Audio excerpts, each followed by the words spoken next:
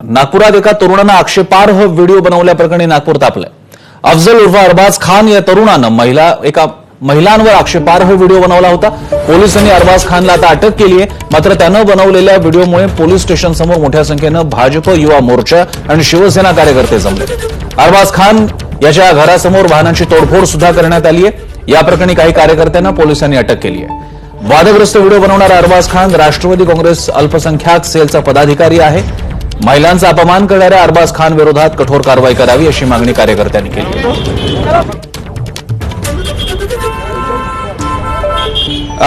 संबंधित व्हिडिओ वादग्रस्त असल्यामुळे एबीपी माझा हा व्हिडिओ दाखवायला मर्यादा आहेत। पासून तो व्हिडिओ फिरत होता। तो जेव्हा लक्षात आला तेव्हा आमचे कार्यकर्ते तिथे एफआयआर दर्ज करायला गेले। बरेच लोक पोलीस स्टेशनमध्ये होते आणि पोलिसांनी त्याला अटक केली, पण हे जनतेसमोर त्यांनी सांगितलं नाही की त्याला अटक केली आहे किंवा त्याच्यावर काही कारवाई केली आहे। हे जर का पोलिसांनी सांगितलं असतं तर कुठल्याच प्रकारचा असंतोष निर्माण झाला नसता। हे न झाल्यामुळे तिकडे एक थोडासा असंतोष निर्माण झाला। सर्व लोक तिथे होते। पोलिसांनी लाठीचार्ज केला आणि त्याच्यानंतर तिकडे भगदड मचली। आमचे चार कार्यकर्त्यांना अटक झाली आहे। पण तो जो व्हिडिओ होता तो अतिशय निंदनीय होता। त्याच्यावर सक्त से सक्त कारवाई पोलिसांनी करावी ही आमची मागणी आहे। या संदर्भात अधिक जाणून घेऊयात। रजत वशिष्ठ आमचे प्रतिनिधी आता नागपूरहून आपल्यासोबत आहेत। रजत, नेमका प्रकार काय होता? कशामुळे एवढा भडका उडाला? व्हिडिओमध्ये होतं काय नेमकं असं?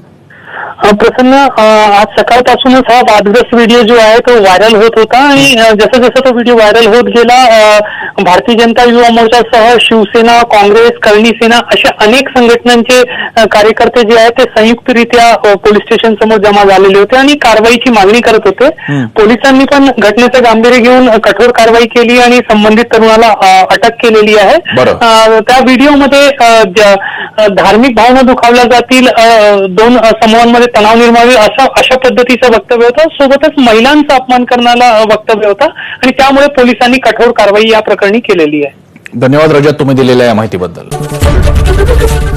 एबीपी माझा, उघडा डोळे बघा नीट।